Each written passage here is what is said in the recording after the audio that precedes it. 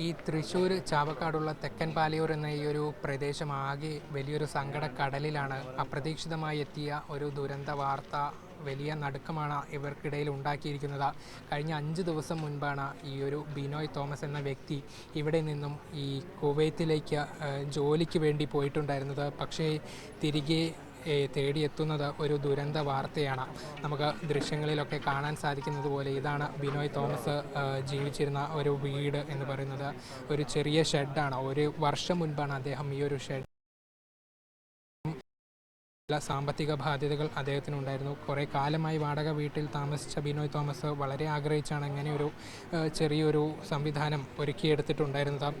പക്ഷേ ഇതിൽ നിന്നെല്ലാം മാറ്റമുണ്ടായി. ഒരു നല്ല വീട് നിർമ്മിക്കുക, എല്ലാ സാമ്പത്തിക എന്നുള്ള വലിയ സ്വപ്നവുമായാണ് ബിനോയ് തോമസ് ഇത്തരത്തിൽ കുവൈത്തിലേക്ക് പോയിട്ടുണ്ടായിരുന്നത്. പക്ഷേ എല്ലാ സ്വപ്നങ്ങളും പാതി വഴിയിൽ അവസാനിച്ച നിലയിലാണ് ഇപ്പോൾ ദുരന്ത വാർത്ത തേടിയെത്തിയിരിക്കുന്നത്. ഈ ഒരു നാടടക്കം വലിയ ദുഃഖത്തിലാണ് ഉള്ളത്.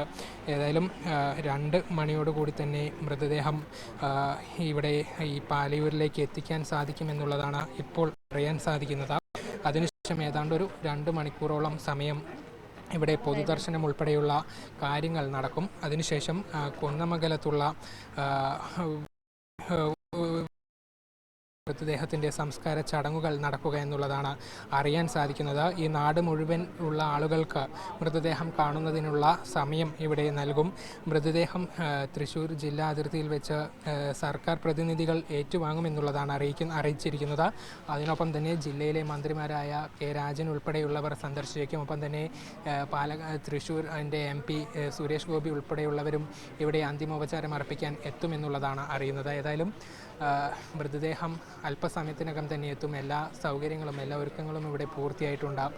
ഈ നാട് മുഴുവൻ അദ്ദേഹത്തെ അവസാനമായി ഒന്ന് കാണുന്നതിന് വേണ്ടി ഇവിടേക്ക് എത്തിയിട്ടുണ്ട്. വലിയ ദുഃഖത്തിലാണ് ഈ തെക്കൻ പാലയൂർ എന്ന ഈ നാട്.